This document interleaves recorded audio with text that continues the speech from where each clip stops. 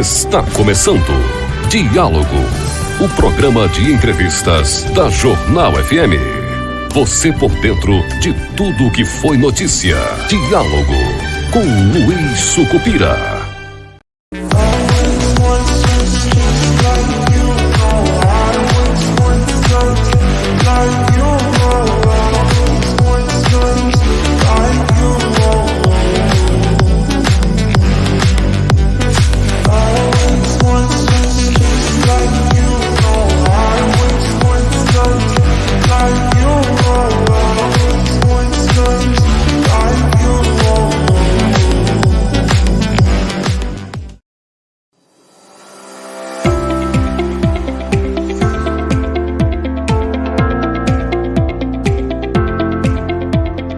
Na Agility Telecom, a qualidade da sua conexão é garantida para você aproveitar do seu jeito.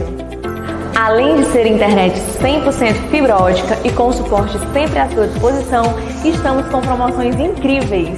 São planos de 50 MB a 1 GB para você ficar ainda mais conectado.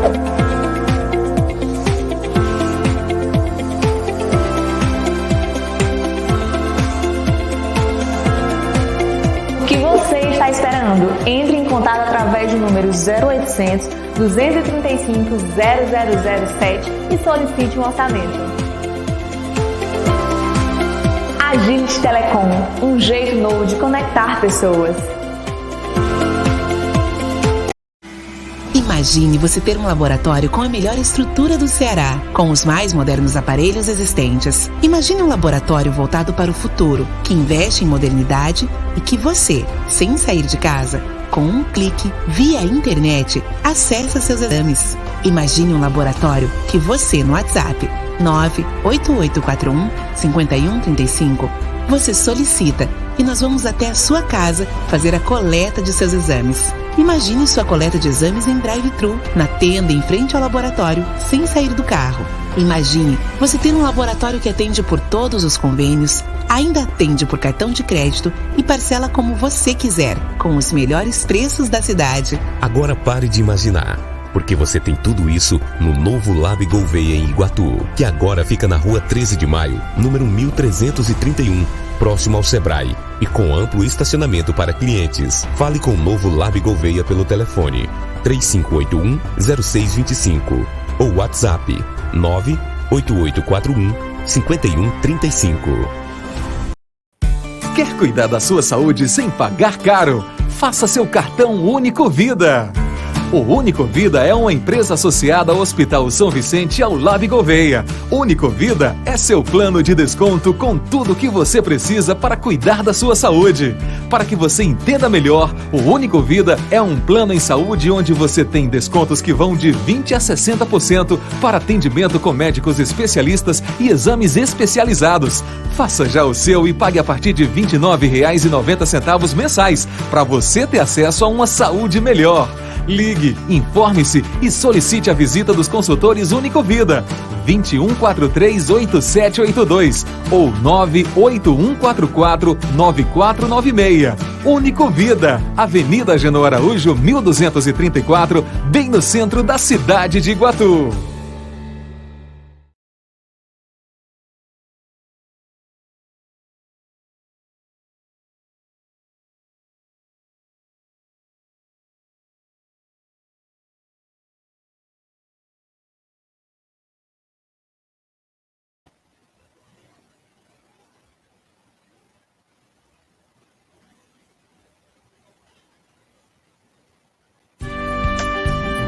Na Jornal FM, você ouve Diálogo com Luiz Sucupira.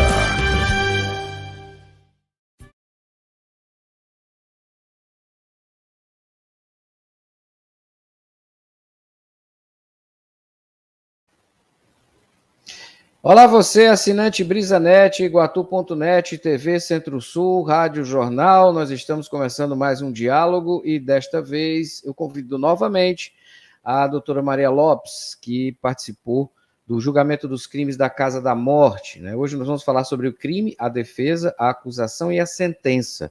Ela participou como também no apoio à acusação, assistente de acusação, junto com o promotor. E aqui, você está vendo aí o nosso card, e eu estou trazendo aqui a doutora.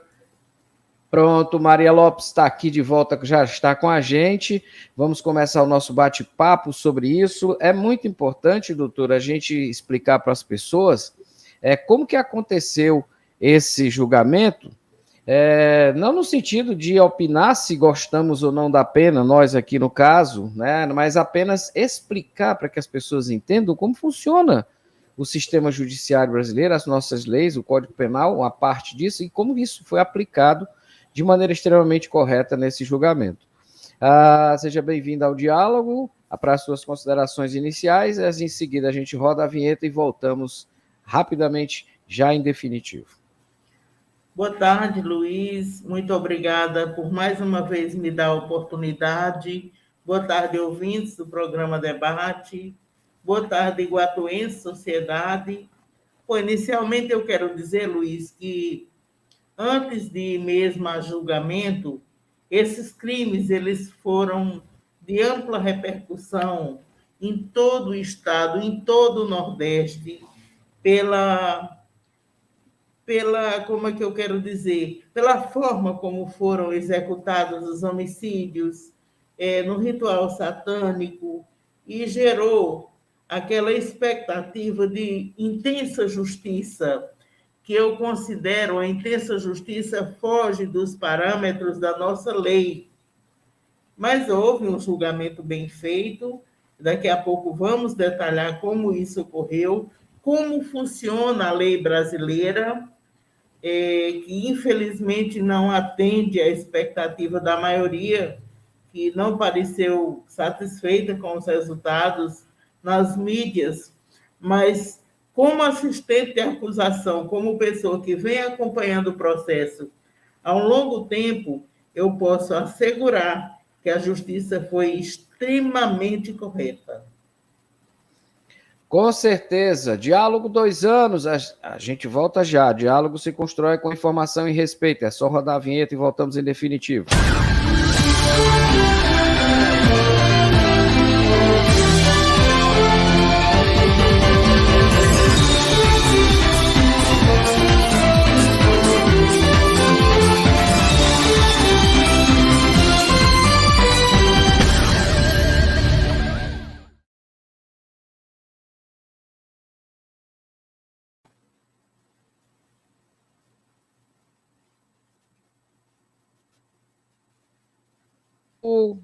Para falar sobre o que aconteceu no julgamento do caso Jay, que é o primeiro, tem vários outros, né? E a gente sabe que nesse primeiro tivemos um julgamento, um embate muito interessante, na realidade, entre acusação e defesa. De um lado, o doutor Leidomar, do outro, acho que representando a defesa de um deles, estava o doutor Mário Leal, né? Mas teve também a ajuda do... Doutora Miriam, defensora pública.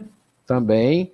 A senhora depois vai me passar essa ficha técnica de todo mundo que estava lá, a banca toda que estava lá, para poder fazer esse trabalho. Inclusive, a gente até registrou, tem uma foto aqui que foi feita pela doutora, a gente até colocou aqui, depois eu trago ela já para cá, para a gente colocar quem estava lá, no caso, fazendo todo esse trabalho bacana que foi o julgamento, né, do Jay. Deixa eu pegar logo aqui o pessoal aqui da banca. Pronto, deixa eu colocar aqui, ver se eu coloco aqui já essas imagens. Pronto, aqui o pessoal, doutor, eu acho que são esses aqui. Exatamente. Né, parece a foto de um seriado americano, com todo respeito, mas exatamente isso, né? Porque parece assim, você olha assim, puxa, isso aqui é um CSI aqui, com certeza, né? Bacana, ficou muito legal, gostei demais dessa foto. Parabéns, porque ficou bacana, muito bem montada. E aí, o que é que a gente quer saber? Primeiro, o seguinte, vamos relembrar o crime, né? O que foi o crime? Por que esse pessoal está sendo julgado, quer dizer, foi julgado, né? Por que eles foram julgados? O que foi que eles fizeram? Quais foram as nuances desse crime? O que é que realmente foi apurado? Deixe-me primeiro explicar, porque muita gente não entendeu o desentranhamento do processo somente do julgamento do Jay e não de todo mundo, já que se tratava das mesmas pessoas, os mesmos autores e coautores. Por que só o Jay?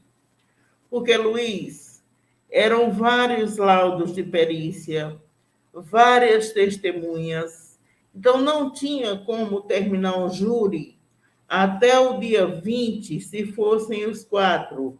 Então, por uma questão de tempo, da chegada do recesso do judiciário, escolheu-se o primeiro corpo que foi desvendado, né? A primeira morte, que foi a do Jay, foi julgado.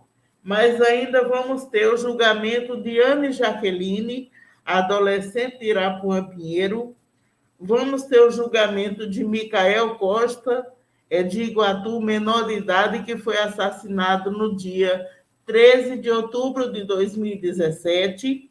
E vamos ter o de Vilmar, na verdade o nome dele é Francisco, não lembro agora o nome completo, mas tinha o apelido de Vilmar, que foi assassinado no dia 1º de dezembro de 2017. E, por último, Jay, que foi graças ao sumiço do Jay, graças, eu digo não no sentido pejorativo, mas que, na verdade, eu repito as palavras do doutor Leidomar, se não fosse essa morte, muitos iriam morrer e nada teria sido desvendado. Ou seja, foi uma tragédia, mas que deixou esse legado. Então, foi assim. O que foi que aconteceu? O Jay, segundo os autos, tinha um desafeto com o pai de santo, Gleudson Dantas. E como eles já tinham amizade, os autores, o menor, que eu não vou dizer o nome, mas vou chamar de SB, que não é iguatuense, que estudava no Instituto Federal, tinha uma amizade com Roberto Alves da Silva, o dono da casa do Sítio Canto, em Suaçurana, e com o Gleudson Dantas, o pai de santo. Inicialmente, o SB e o Roberto, eles frequentavam o terreiro do pai Eliezer, que inclusive chegou a morar com o Roberto, mas aí morreu. Depois da morte do pai Eliezer, eles passaram a frequentar o terreiro do Gleudson. E o Sâmio tinha muita sede, aliás, o SB tinha muita sede de poder, de riqueza, de mulheres, e achava que, se pactuando com o Satanás, eles iriam conseguir isso. E foi assim que começaram. Ele e o Roberto fizeram o pacto. Quem celebrou esse pacto foi o Gleudson Dantas, e a partir daí foram enveredando para uma área que nem sempre o satanismo acolhe, mas que era sangue humano. E nessa história de sangue humano, em menos de um ano, mataram 4 pessoas. Vale ressaltar que, no caso Jay, não houve ritual, não houve, inclusive, nenhuma parte dele foi tirada, nenhum órgão, foi a morte, a ocultação de cadáver, mas não houve vilipêndio, não houve. E por esse crime é que foram julgados. Quais foram os crimes? Homicídio qualificado pela torpeza, motivo torpe, impossibilidade de defesa da vítima, o porte de arma, que ele foi morto com tiro de revólver, teve o crime de foram julgações por corrupção de menor, porque quem estava no cenário era um menor. Então, é isso aí. Ocultação de homicídio, ocultação de cadáver, porte de arma, corrupção de menor. Foi por esses crimes que foram julgados. É isso aí, Luiz. Na realidade, É um bocado, né, de crimes aí, né? O que chamou muita atenção no crime que ficou até popularizado como a Casa da Morte, né? O pessoal falava que ali, chegava ali e morreu. Era o modus operandi como eles eram executados, né? Sim, Era sim. aquilo era de uma frieza absoluta, era execução pura, premeditada, né? Sim, A sim. pessoa tinha a cabeça coberta com Era pano, olhos pretexto, vendados, isso. tinha um Você, raminho de reza, meu aí o Deus. executor chegava por trás com a arma, e nessa parte occipital do crânio, dava um tiro único, esse era o modus operandi. E, aliás, para quem não sabe, essa área, né, do segundo, se você prestar atenção, nos tiros de precisão dos atiradores de elite, eles têm um triângulo na face, que é mais ou menos isso que forma aqui, que o tiro entrando bem aqui, ele acerta exatamente esse tronco da medula e a pessoa tem o que chama de uma morte rápida. Pum, é como se você tivesse desligado a pessoa. Ele chama tiro limpo, né? E, na realidade, o que eles praticavam era isso, era um tiro limpo, ou seja, atirava na nuca, só que era o sentido inverso, a bala saía pela fronte, ou seja, pela face, Sim, né? E a pessoa já caía, ali já morria. sim, A pessoa não tinha nem ideia do que estava acontecendo, nem nada, absolutamente nada. nada, Execução nada. sumária, semelhante, inclusive, às que eram feitas, e vocês já devem ter visto em filmes, onde as pessoas estão de joelho, alguém chega com uma arma, aponta nessa mesma região, aperta e pronto. E está finalizado o serviço. Mas não acabava aí não, né, doutora? Depois Não, disso, eles ainda enterravam a vítima, né? isso, mas o mais triste de tudo é porque nenhum teve nem sequer a suspeita de que iria morrer naquele local. Foram convidados, por exemplo, a primeira morte da menina, hoje nós vamos até o Jay, mas a menina foi convidada, ela achava que ia conhecer um terreiro de Umbanda, o Jay achava que ia para uma festa, inclusive foi convidado, disseram que ia ter os rapazes por lá, ia ter bebida, ia rolar uma diversão, e ele animou-se com a situação e foi enganadíssimo. Inclusive, o Jay nunca tinha ido na casa de Roberto. Ele foi levado pelo Gleudson, ele nem sabia como era, ouvia falar, mas eles não tinham nenhum vínculo de amizade. E ele com o Roberto realmente ele não tinha. Tinha de conhecimento por frequentarem o mesmo terreiro.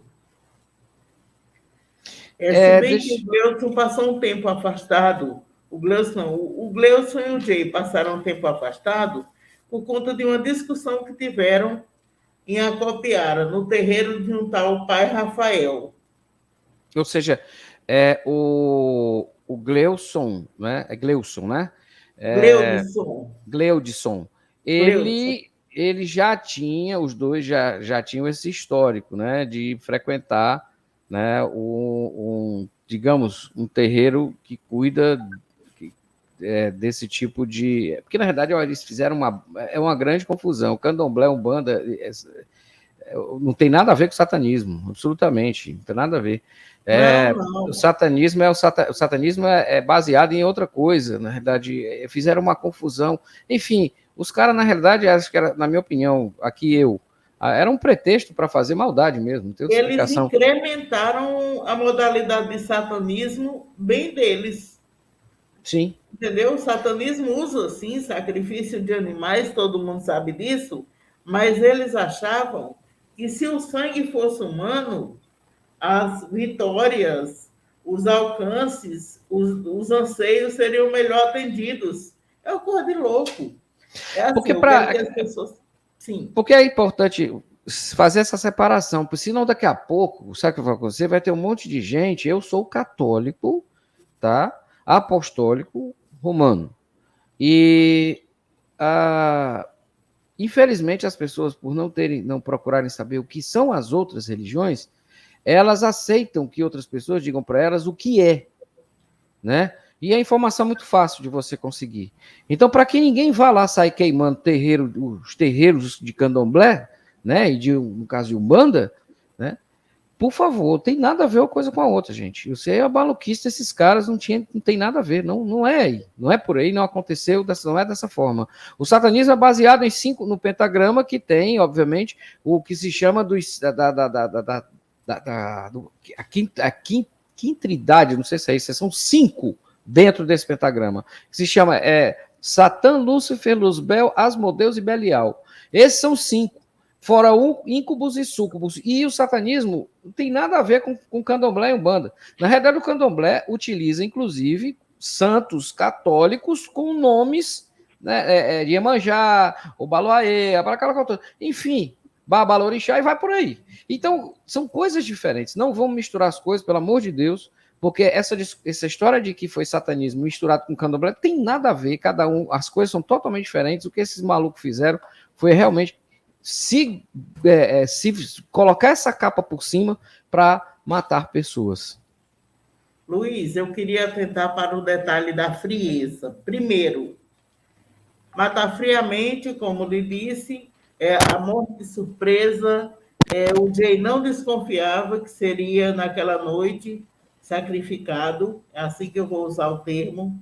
Outra, depois da morte foram dormir normalmente na casa ou no terreiro onde tinha o corpo enterrado. No sábado, dia 19 de maio de 2018, no terreiro do Gleudson Dantas, houve aquela, chamam de gira, eu acho, a celebração normal deles, como se nada estivesse acontecido, nada. E, pasmem, a cova funda foi cavada 2 metros de comprimento, 1 metro de fundura, para 3 pessoas. Eu não lembro bem do nome das 3, mas sei que uma era Samara, Dara e não sei a outra. Essas 3 eram filhas de santo do pai Gleudson. A cova era para as 3, tentou atraí-las diversas vezes, o propósito era matá-las todas no mesmo dia, mas elas foram livres por Deus, né? Elas tiveram medo, tiveram receio, não sei o que fez com que elas pensassem 2 vezes antes de aceitar o convite, mas a cova foi para elas. Elas chegaram a comentar por que não foram? Com medo. Tinham medo. Diz que tinham medo. Bom, feito isso, foram descobertos por conta do Jay. Né? Se não me engano, foi um vídeo. Ficaram procurando pelo Jay e acabaram que viram esse vídeo. E aí, esse vídeo mostraram. E esse vídeo foi o ponto. É a ponta solta que começou a se amarrar, né? Exatamente. Inclusive, no momento do julgamento da parte das perguntas de acusação e de defesa, o Roberto insistia, o Roberto é o dono da casa, ele insistia que não queria que aquilo acontecesse, que tentou dissuadir o menor a não fazer aquilo. No entanto, foi ele que deu uma cesta básica a um parente dele, pobre, para cavar essa cova. Esse parente dele é até coveiro. E falou e tal. Na hora de eu perguntar, eu digo, pronto, se você realmente não queria que cavassem essa cova, que essa pessoa fosse morta e que tentou dissuadir, em algum momento você sugeriu que a cova não fosse cavada dentro da sua propriedade? Aí ele disse não. Até porque até aí ninguém sabia que tinha mais 2 enterrados ali, né? Quando encontraram o corpo do Jay, ninguém imaginava que dentro da casa tinha um corpo e no mesmo terreiro, no mesmo espaço de quintal, tinha outro corpo também, além do Jay. Então é isso, é uma história tenebrosa. Realmente, eu considero que tenha sido o pior crime dos últimos 10 anos dentro do estado do Ceará, os piores crimes. E quais, Assim, a gente vê que realmente é o requinte de crueldade, de maldade, de loucura, de confusão, inclusive religiosa, né? Sim, Porque as pessoas não entendem, como eu digo, repito, pelo amor de Deus, nada, esse crime nada tinha a ver com religião. Eles alegam isso, mas não tinha. Na minha opinião, deixa não eu tinha. Era repetir o que o mal, doutor Leidomar disse. é só maldade mesmo. Uma seita. Eles tentaram inventar uma coisa e ter assim aspecto de seita. Foram essas as palavras do promotor. Aliás, doutor Leidomar, como sempre, muito feliz nas observações dele. Um abraço, doutor Leidomar, e grande parceiro desse programa. Ele foi feliz. E eu vi a hora, eu pensei assim, vai já ter uma citação sobre o que aconteceu na selva amazônica, lá naquela coisa lá, que aquele maluco matou milhares de pessoas lá dentro. Todo mundo promoveu um suicídio, acho que foi Jim Jones, Jim Jones. Sim, Jim Jones. Jim Jones, que era um maluco, um doido. Na década de 80 foi, sim. Pronto. Foi. Se nada fosse feito, ou seja, se, digamos, o crime do Jay não fosse descoberto e aí as pontas soltas começassem a ser amarradas, como a senhora bem colocou, o doutor Leidomar também, possivelmente eles iriam fundar uma seita, e essa seita era para isso mesmo. Com certeza, não tenha dúvida.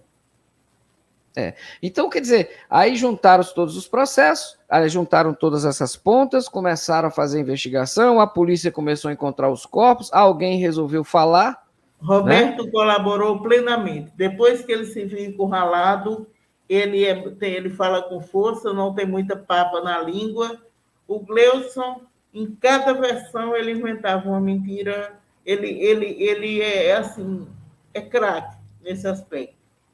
Quem era o cabeça dos dois, doutora? Quem seria o cara que os dois faziam as coisas de comum acordo, mas alguém, com certeza alguém tem a ideia da coisa. O Gleudson era quem dominava, eles tinham reverência pelo pai de santo. O Gleudson era o manipulador. O mais velho. É o mais velho? Não, o mais velho é o Roberto. Mas o Roberto era o mais novo. Totalmente induzido, iludido e se deixando levar, é meio louco, eu acredito, que é uma pessoa que permite tanta coisa assim. E o menor violento, ele não tinha noção.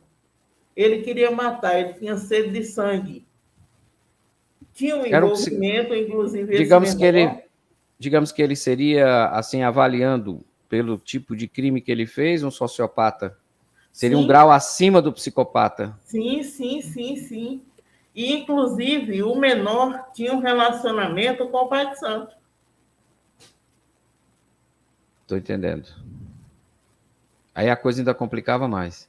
Mas quem liderava só faziam as coisas segundo os autos, segundo a polícia, com o aval do pai de santo. E aí nós tivemos as teses, chegamos no dia do julgamento, foi tudo feito apurado, e a pergunta que muitos fizeram, a senhora, inclusive, eu acho que já, inclusive, tocou nesse assunto, só relembrando, quem está chegando agora no diálogo, lembrando que vai virar podcast, você acessa, baixa, escuta esse programa quando, onde e quando quiser, no nosso podcast Diálogo, no meu site, luissucupira.com.br, e aproveita também, se você não escutou o podcast que fala da defesa dos animais, da natureza, a luta, inclusive, que a doutora Maria Lopes faz, aproveita, baixa esse também e escuta os dois, porque realmente senta que lá vem história, porque é muito bom. Doutora, então, chegou o dia do julgamento, e nesse dia de julgamento, os processos foram desmembrados, ou seja, foram separados. Tem um nome técnico para isso, estou falando o nome, digamos, popular. Desentranhamento, é o desentranhamento, é assim que se chama. Pronto, então eles foram desentranhados, a senhora, inclusive, creio que já explicou sobre isso, a razão por que foi feito esse desentranhamento, e agora houve o primeiro julgamento, que é o caso do Jay, que é a ponta que puxa tudo, né? Sim. Ou seja, e como foi a tese, eu tenho aqui, inclusive, o vídeo do doutor Leidomar, onde ele explica a tese dele de acusação, onde a senhora fez a brilhante assistência a ele, e também a defesa também do meu amigo, feita pelo meu querido amigo, o doutor Mário Leal, né? E um breve resumo de como que foi montada essa estratégia, como vocês pensaram montar essa acusação, doutor Maria Lopes. Bom, inicialmente vale ressaltar que a nossa tese de acusação era baseada no homicídio doloso qualificado pela torpeza, motivo torpe, certo? E a defesa, nós tivemos 2 defensores. No caso do Gleudson, foi o doutor Mário Leal, ele optou pelo pedido de absolvição por não haver provas concretas da participação efetiva do cliente dele, do Gleudson Dantas. Já a defesa de Roberto, ela pautou pela condenação, porém pedindo que fosse rebaixada a pena dele, porque ele confessou espontaneamente e por uma série de questões que, se não fosse realmente, reconheço essa colaboração do Roberto, nós talvez não tivéssemos apurado em tão pouco tempo, que a polícia foi extremamente eficiente, esses crimes. Então, a acusação pautou pela qualificação em motivo torpe e pena máxima, foi isso que pediu. É a tese da acusação. As defesas foram diversas. Uma pediu absolvição por não haver provas suficientes da participação do cliente, no caso foi Dr. Mário Leal, em relação a Gleudson Dantas, e a outra pediu condenação, porém, eximindo da corrupção de menor por entender que o menor já era um menino problemático e corrompido, que não foi aceito, mas pediu a diminuição da pena em virtude dessa confissão espontânea, da colaboração com a investigação, que foi acatada. Por isso é que a pena de Roberto foi um pouco menor. O povo diz, que foi pouco. Não foi pouco, Luiz. No Brasil, o crime de homicídio é de 6 a 20 anos. Então, mas aí com os outros crimes, a pena base de cada um chegou a mais de 23 anos. Só que a dosimetria, que é a medida dessas penas, é feita em 3 fases, primeira, segunda e terceira. E daqui a pouco falaremos disso. Você me pediu para falar das teses e eu te disse. A acusação foi homicídio qualificado pela torpeza, pena máxima. O segundo defensor, doutor Mário Leal, pediu absolvição por não ter elementos concretos para acusar o cliente. E a terceira pediu a condenação com algumas reservas, sem corrupção de menor e com a pena rebaixada por conta da confissão. Foi isso aí. Inclusive, eu vi o doutor ele regimentando a tática, a estratégia dele de defesa, quando ele falou explicou para o pessoal lá o Tiedo, o Tiedo e o Paulinho que gravaram com ele lá, eu peguei esse material, e da Mais FM, engraçado, ele fez um comentário interessante, ele colocou algo falando o seguinte, que a imprensa condenava as pessoas por condenava por antecipação e muitas vezes acabava que prejudicava a imagem de pessoas. Sim, fato, aconteceu sim algumas vezes, ele cita a escola, não falo o nome da escola que aconteceu isso, mas inclusive ela é motivo de estudo de como não fazer nas faculdades de jornalismo, que chama Escola Base, tá? Era um casal, o senhor um japonês, né? E ele, inclusive, eles praticamente ele morreu de desgosto, na realidade, né? Infelizmente, a Glória Maria fez uma matéria muito difícil, complicada, irresponsável, realmente a verdade é essa. Foi irresponsável a matéria, sim, e aí destruiu a imagem do senhor Ikushiro Shimada e da senhora Maria Aparecida Shimada. Esses dois, inclusive, eu os conheci pessoalmente, no bairro da Aclimação, em São Paulo, o tempo que estive lá morando. O senhor os conheceu, Luiz? Conheci, sim, conheci. O casal admirável, tranquilo, sabe? Daqueles que amavam o que faziam e, principalmente, estavam profundamente deprimidos, né, com tudo isso que tinha acontecido. Ao mesmo tempo, também aliviados, porque quando eu os conheci, a situação já tinha sido esclarecida, né? Mas a escola foi quase toda destruída, apedrejada, eles tiveram que ficar escondidos, porque eles seriam linchados, né? Sim, sim. Seriam linchados, sim. E aí o que aconteceu? Depois se percebeu que, na realidade, a tal da fita, a própria mãe que pediu para gravar, disse, pelo amor de Deus, nada disso aconteceu. Eu pedi para gravar, pedi para filmar a minha filha, o dia da minha filha, porque eu queria guardar em VHS. Naquela época, VHS, todo mundo comprava filmadora para filmar suas cores da família, não sei o quê. Outros até usavam isso como uma renda extra para filmar casamento, né? E, na realidade, o que aconteceu foi que ela entregou a filmadora lá e pediu para fazer isso. Olha, eu queria que filmasse minha filha, o dia a dia dela, inclusive, e uma dessas filmagens era o banho.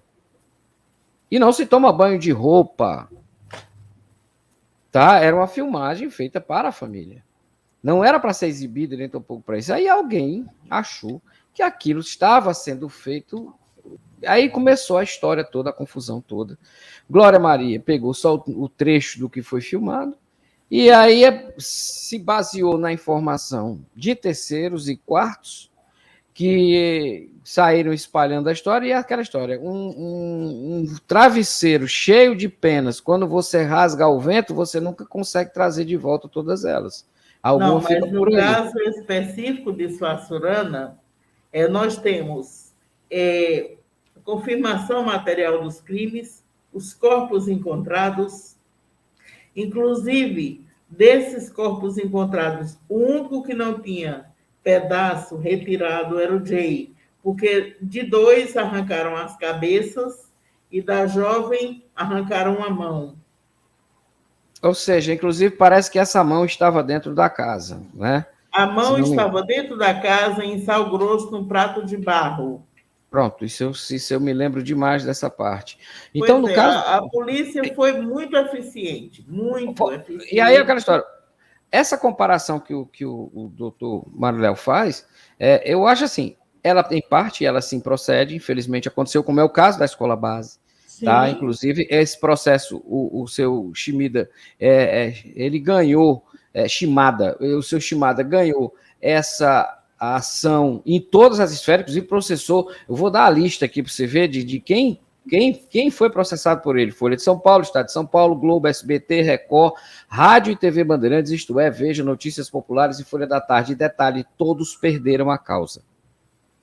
Infelizmente, a Globo ainda não pagou e o restante também não. E ele morreu antes de receber esse dinheiro. Enfim, a escola ainda tentaram abrir, depois fecharam, desistiram, porque ficaram sem clima, sem cabeça, sem nada e ficou por isso mesmo. Isso é um desastre. Inclusive, isso hoje é utilizado como referência. Que esse cara perdeu a vida antes de morrer. Sim, claro, com certeza absoluta. Com certeza absoluta. Foi um terrível. E isso virou, hoje, como a máxima dentro do jornalismo, que tudo tem que ser apurado com todo cuidado. Porque a partir do momento que você jogar aquele material na rua, a flecha lançada, ela não tem volta. A retificação não acontece, principalmente na época da pós-verdade, né? E aí, no caso da tese da defesa, eles queriam, o que eu pensei que ele estava querendo fazer era o seguinte, de que a imprensa estava divulgando coisas que, na realidade, não eram a essência do que aconteceu. Mas se a imprensa estava divulgando aquilo que a polícia liberava como fato, como material investigado, a fonte não podia ser a melhor. Não é verdade? Bom, é verdade, Luiz. É verdade, sim. Inclusive, por exemplo, se você escolhe a vítima, sabe que vai matar, você leva para o local do sacrifício. Você sabe que tem uma cova esperando. Você finge que está rezando, que está curando, que está fazendo alguma coisa importante no sentido espiritual, para que a pessoa esteja bem relaxada e receba o tiro sem perceber que está na mira de uma arma. Aí depois ajuda a sepultar. Ah, mas, pelo amor de Deus, uma superautoria, uma decisão de morte. Quem escolheu para levar não podia ter sido absolvido. Eu não estou querendo fazer novo julgamento e as pessoas, inclusive, cobraram muito que a pena tinha sido pequena. Não foi. Tem aquele caso, por exemplo, eu estava olhando hoje o Matsunaga, a nossa pena de homicídio é de 6 a 20. Nenhum dos caras pegou menos de 17 anos e as pessoas têm que ver que foi julgado por um só crime. Você imagina, Luiz, são 4 vítimas. Se por cada um pegassem nessa média de 20 anos, então 20 vezes 4 seriam 80 anos. O que as pessoas querem? Tocar fogo, cadeira elétrica? No Brasil, a nossa pena máxima, tempo máximo de prisão. Aí a Matsunaga, né, que você está falando. A Elise, exatamente. Inclusive, a defesa dela recorreu e ela teve a pena diminuída. Ela foi condenada inicialmente em 2012, né, o assassinato do Marcos Matsunaga. Ela pegou 18 anos e 9 meses de reclusão. Homicídio qualificado, ocultação de cadáver, esquartejamento, esposa, com tudo que você imaginar, né? Ocultação de cadáver, ela fez picadinho do cara, mas aí o advogado entrou com recurso e de 18 anos e 9 meses ficou com 16 anos. Aí os caras aqui em Iguatu, por um crime terrível, pegaram mais de 17 anos, inclusive o Gleudson, quase 22 anos, e aí as pessoas ainda acharem que é pouco, Luiz. E aí nós temos outro caso, né, doutora, que é da Suzane von Richthofen, bisneta do Barão Vermelho, né? Mas não é o Barão Música, não é música, não, é o herói de guerra alemão da Primeira Guerra, o Barão Vermelho, que o pessoal pensa que é o Barão Vermelho conjunto à banda, né? Mas não é não, ela é...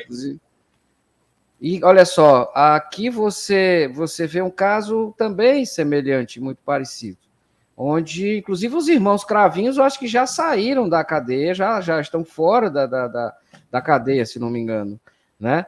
Ela é a única que ainda está presa, né? Está sim. No caso, eles foram qualificados, aliás, eles foram condenados nas 65 horas de júri, né? Condenados por homicídio triplamente qualificado, pegaram 39 anos e 6 meses de prisão. Tanto o Daniel Cravinhos, que era namorado da Suzane, quanto ela. 39 anos e 6 meses, mas foi por 2 pessoas. Aí o pessoal achar que daqui não foi proporcional é não conhecer a lei e os resultados de sentença que se vê por aí. Então, se você dividir isso, você vai ver 39 dividido por 2, dá em média 18 anos e alguma coisa por cada uma das mortes. E eu lhe pergunto agora, é interessante, a questão da dosimetria da pena, que é isso que o pessoal fala. E aí eu queria abrir um parênteses. Vamos porque é o seguinte, depois da pós-verdade, parece que nós temos a pós-justiça, que cada um quer aplicar a pena que gostaria para o condenado. Então, nesse caso, muita gente queria uma perpétua, no Brasil não tem perpétua.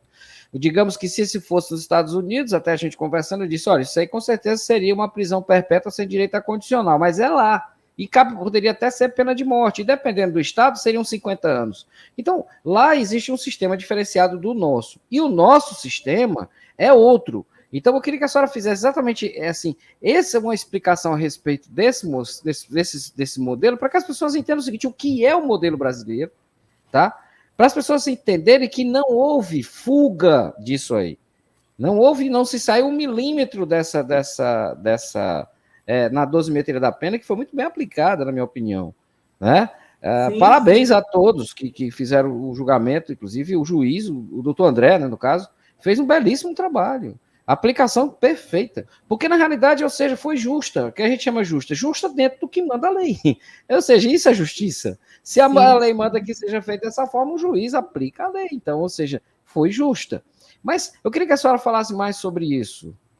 Bom, a dosimetria da pena no Brasil atende o método de Nelson Gria. É no sistema trifásico. Quando se vai fazer a pena, atende a 3 fases. Na primeira fase, é fixada a pena base, certo? A pena base é aquela por todos os crimes, vai reunir os elementos com critérios no artigo 59 do Código Penal. Eu não acho que não precisa ler no momento. Depois de fixar a pena base, no caso dos daqui, todos ficaram com mais de 23 anos. Aí vem a segunda fase, em que o juiz leva em conta a existência das circunstâncias atenuantes e as agravantes. E, no fim, a terceira fase, que são as eventuais causas de diminuição e de aumento da pena. Então, o que foi que houve em Iguatu? Eu vou até abrir aqui na sentença para que as pessoas saibam como foi um trabalho muito bem feito. Na primeira fase, a pena base para o Roberto, por exemplo, foi de 23 anos e 3 meses de reclusão para o crime de homicídio. Aí vem a segunda, da primeira fase, né? Tem também a ocultação de cadáver, ficou com 1 ano e 6 meses, de reclusão e 10 dias multa, corrupção de menor, nessa pena base ainda, 1 ano e 9 meses, e a posse legal de arma de fogo, 1 ano e 6 meses. Mas aí avança para a segunda fase, que a pena dele foi reduzida para 1/6, devido à confissão espontânea. E na terceira fase, como ele colaborou com o crime, foi fixado o homicídio na definitiva de 15 anos e 6 meses, a ocultação 1 ano e 15 dias de reclusão, corrupção de menor 1 ano e 2 meses, e a posse legal de arma 1 ano e 15 dias. Mas aí é só detenção e não mistura. Teve concurso material, teve tudo. No final, ele ficou com 17 anos, 3 meses e 2 dias de reclusão. Além de 1 ano e 15 dias de detenção. Essa detenção é diferenciada, não pode somar reclusão e detenção, mas, de qualquer maneira, ele vai cumprir, sim, todas as penas. Regime inicial fechado. E, no caso do Gleudson, ele foi avaliado negativamente por não ter colaborado. E isso aí pesou mais na pena dele. Resultado, ele teve uma pena definitiva, inicialmente no homicídio, foi a mesma, de 23 anos e 3 meses de reclusão para o crime de homicídio, certo? Da ocultação de cadáver, a mesma pena do Roberto, corrupção de menor, a mesma coisa, mas em relação à arma, não, porque ele não possuía arma. Porém, na segunda fase, ele não colaborou com a elucidação do crime. Então, isso aí complicou as coisas, mas na terceira fase, na definitiva, o juiz considerou que no patamar de 21 anos, 7 meses e 17 dias, de reclusão e uma multa, e o total de multa 10 dias. O Roberto teve mais porque teve a questão da arma, o Gleuson não foi condenado pela arma. Ou seja, um teve pena maior do que o outro. Foi injustiça? Não. É porque, no caso deles, eles tinham elementos como primariedade, eles não tinham antecedentes criminais. Isso tudo conta, mesmo com o crime sendo de tamanha hediondez, sim, isso tudo conta, isso é o que está traçado na lei. Só lhe interrompendo, é a mesma coisa que a senhora acabou de explicar para as pessoas com relação ao caso Elise Matsunaga, inclusive virou filme, documentário no Netflix. Sim. Eu sugiro que você assista, tá? Para que você possa entender, né? O nosso telespectador, ouvinte, do diálogo que não viu ainda, assista, né? A versão dela e... O documentário é muito bem feito, tá? Muito bem feito.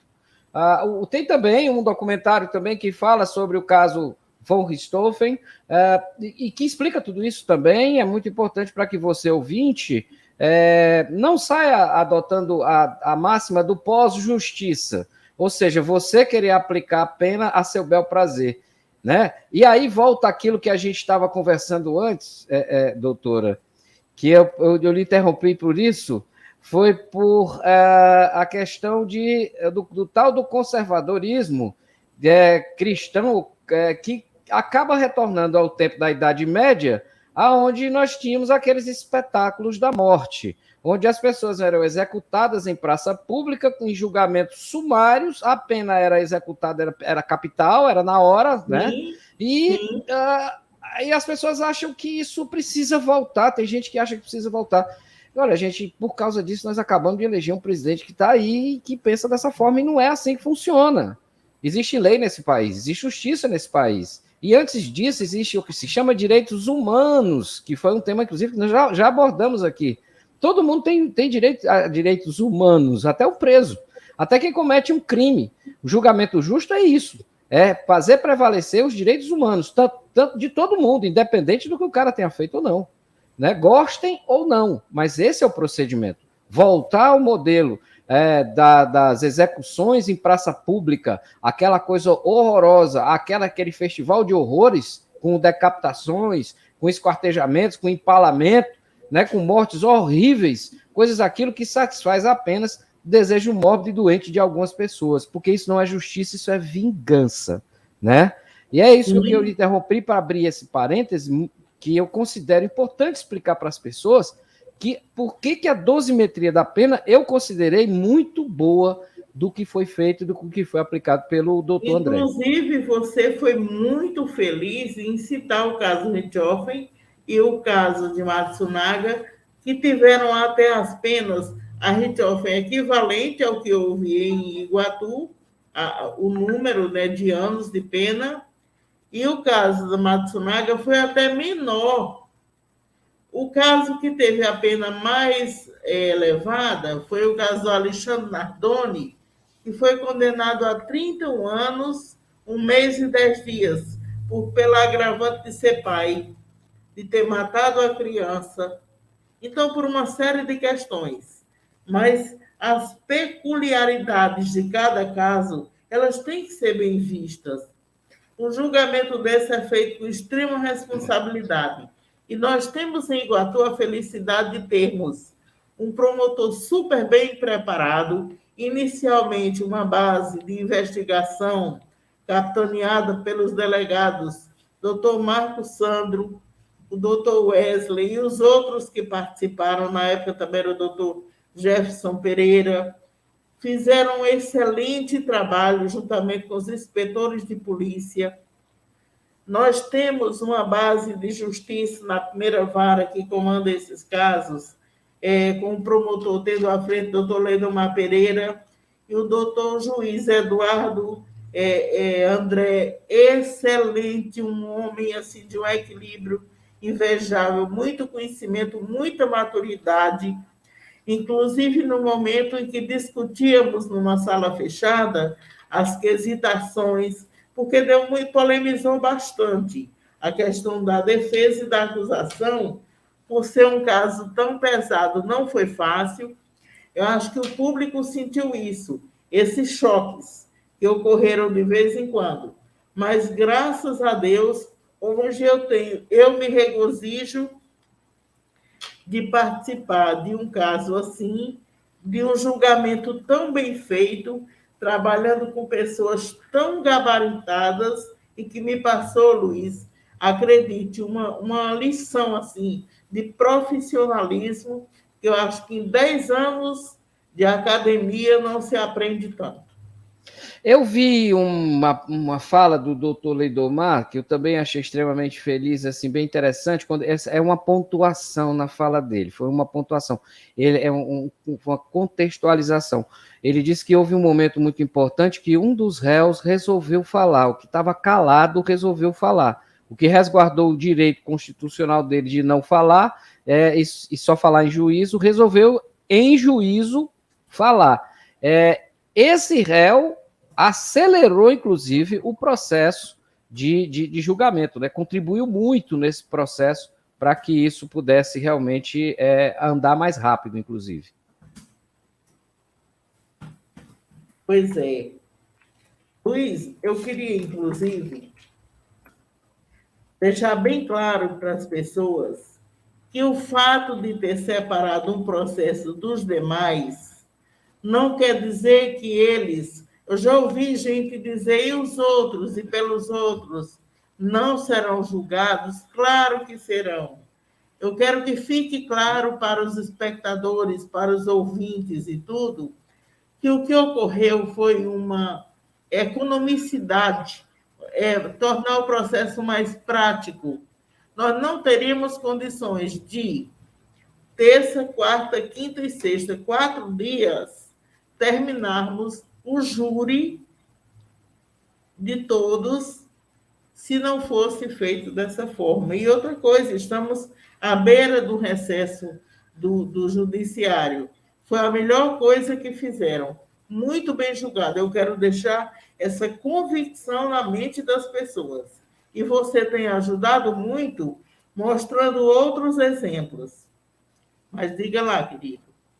Era aquilo que eu estava lhe falando. O doutor Leidomar, inclusive, ele falou que um dos réus que tinha se mantido calado, né, ele resolveu falar. E isso acelerou ainda mais o andamento do julgamento, né, porque era um fato novo, né, a fala dele, que não se esperava, inclusive. Né? Exatamente. Exatamente. A fala dele que não se esperava. Mas eu queria também, Luiz, deixar bem claro para as pessoas que estiveram de fora, que talvez não ouviram bem, a gravação não era perfeita, e que não puderam assistir conforme esperavam, um júri demorado, exaustivo. Se é para quem está lá e que entende o que está ocorrendo é exaustivo, imagine para quem esteve de fora.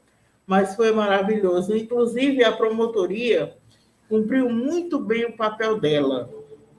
Você veja que foram quase 2 horas só mostrando laudos e explicando detalhes do crime.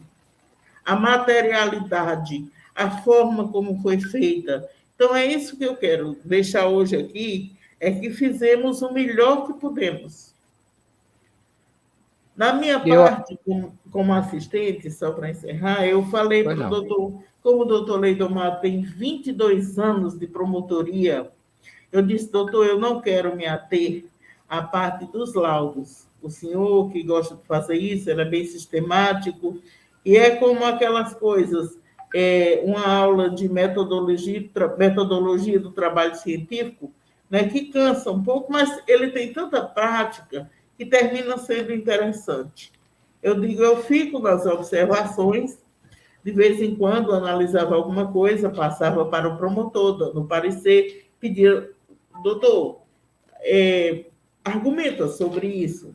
E, no fim, agradecer a participação, fazer algumas considerações sobre o caso que eu conhecia.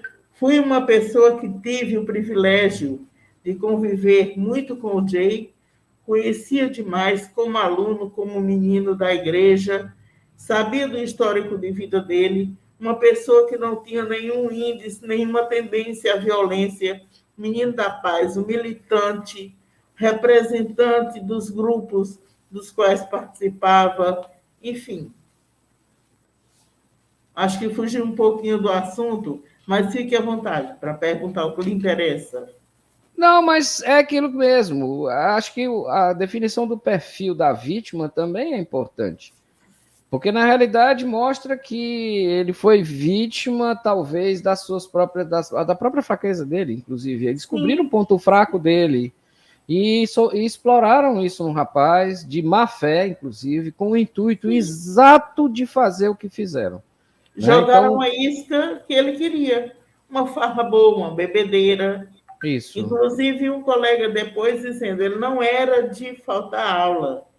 E na sexta-feira, ele ligou dizendo, olha, eu tenho um encontro, eu não posso ir. Ele tinha tanta reverência pelo Pai de Santo, que ele disse que não podia se furtar da obrigação no terreiro. E que ele teria que ir. E a obrigação, no caso, a grande festa era da morte. A dele, no caso. Sim, a morte dele. A morte dele, no caso, né? Sim. Doutora, que avaliação a senhora faz, a senhora que tem uma experiência já muito boa com relação a isso, que avaliação a senhora faz a respeito desse movimento todo, né? Dessa situação toda que aconteceu, do julgamento, dos processos todos, desse processo todo, a justiça no final, desse primeiro julgamento, deixando claro que esse é um primeiro julgamento, essas penas poderão ser somadas com as dos próximos julgamentos, porque os réus são praticamente os mesmos, né? Os réus são praticamente os mesmos, e a quem pensa que a justiça, as penas foram pequenas, eu quero dizer para você o seguinte, que não, isso aqui é só o começo. Esse povo pode chegar a pegar algo em torno de pelo menos uns 80 anos por aí, sei lá, somando tudo, né? E aí, vamos aqui, uma conta rápida, somando a idade dos que tem hoje com já as condenações que eles receberam. Vamos lá, doutor, vamos fazer essa conta para que as pessoas possam perceber que já essa primeira pena já acabou com a vida de dois. Pelo sistema prisional que nós temos no Brasil, né, que é quase, digamos, quase uma masmorra e não uma prisão, você imagine uma pessoa com 20 anos que já está com 40 e o outro com alguma coisa, sei lá... O Roberto tem 44. 44, pegou a pena de quanto? Ele pegou a pena... Não, porque assim, por enquanto ele pegou a pena de 17 anos e alguma coisa. Eu vou me deter apenas essa. 3 anos, sim. Vou me deter apenas a essas. Isso. Mas eu nem vou falar de tempo de saída, porque as penas são o seguinte, são os 3 regimes. Aberto, semiaberto, fechado.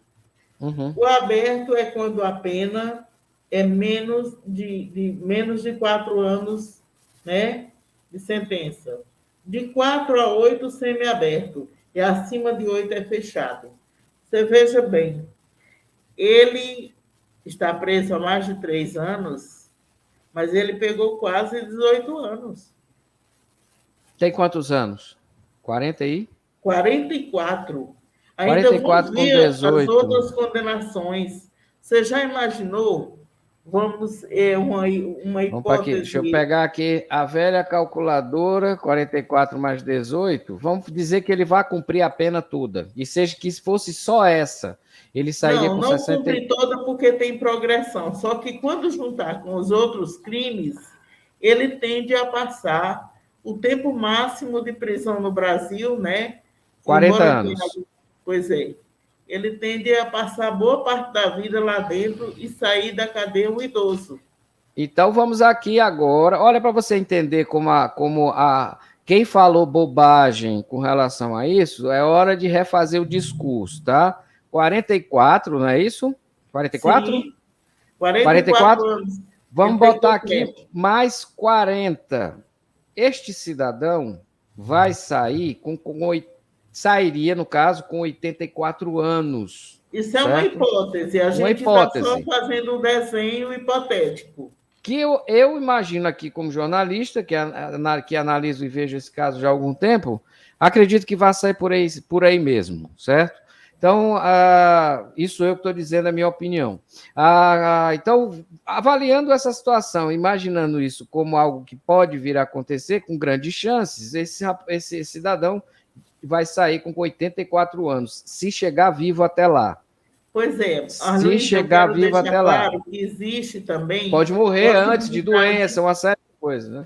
Mas tem também a possibilidade de remissões, é uma diminuição pelo trabalho e pelo estudo. A cada 3 dias de estudo, a cada 3 dias de trabalho, um dia de pena é diminuído. Mesmo assim, é muita cadeia pela frente. Por isso que eu estou falando que ele não sai de lá com menos de 75 anos, com certeza não sai. Né? Eu imagino se ele pega... Pois é. Então vamos ao outro. O outro, quantos anos tem o outro? 32. 32. Vamos jogar aqui ele com 32 anos, vamos anexar aqui também, digamos, 40, que ele venha a cumprir no somatório geral dessa pena, que nós estamos projetando. A parte do julgamento a gente já tirou para trás. São hipóteses. Já estamos fazendo uma razão hipotética aqui, tá? Estamos fazendo exercício de futuro.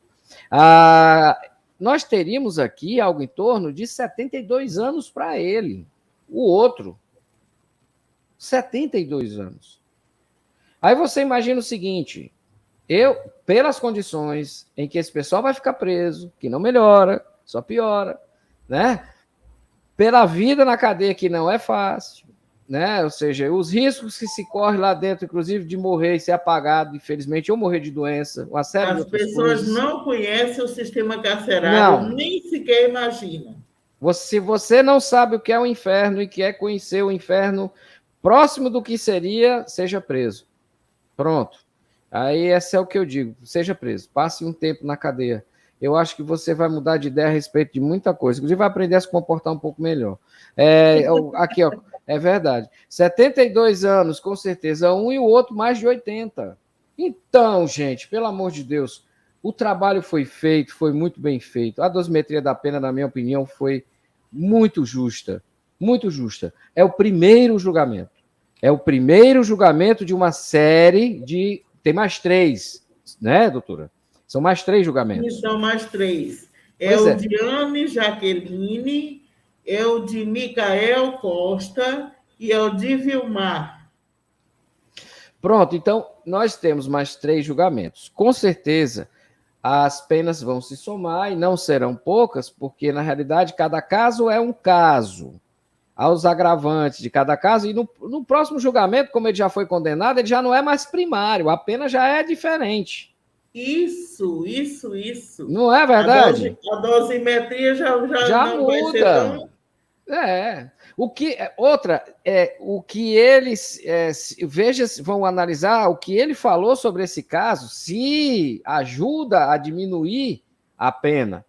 Mas, com certeza, o benefício da primariedade, que a gente, inclusive, abordou isso quando nós falamos sobre as tal das caçadas, os torneios de caças, os crimes ambientais, aquela coisa toda, está entendendo agora por que a primariedade é um tesouro que você tem que guardar com você? Porque um dia, se você precisar utilizar por qualquer razão que seja, tá entendendo? Ela vai lhe beneficiar em alguma coisa. Só que, como eles perderam a primariedade, a pena vai ser bem maior. Então, esse número, essa cadeia que eles vão puxar no primeiro crime, no segundo vai ser, com certeza, bem maior. Bem maior. Não é? Bem maior. Até porque, veja bem, o único que não arrancaram um pedacinho foi o Jay.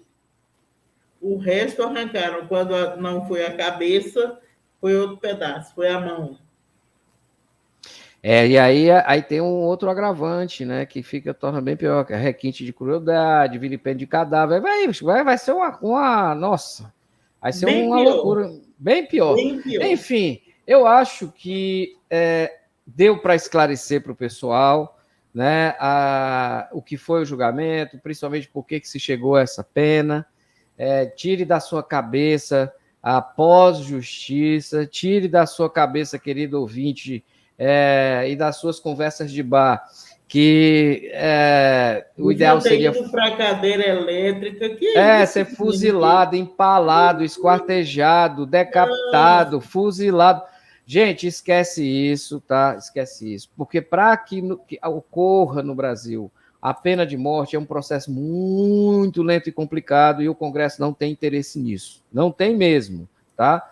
A outra coisa, eu não falo nem o Judiciário, que o Judiciário nem apita nisso. O Judiciário, acho que ele vai, na realidade, assistir a coisa um pouco de longe, né? Porque ele considera-se que o Congresso seria a vontade do povo.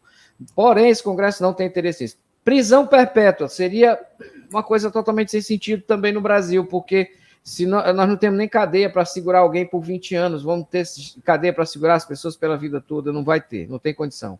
Enfim, então, segura essa ideia de pós-justiça, que nem será da forma como que se quer, porque existe uma diferença muito grande entre justiça e entre vingança. O que se pensa dentro do conservadorismo, do pós-justiça, é nada mais, nada menos que vingança, e vingança não é uma coisa que se abraça com a justiça.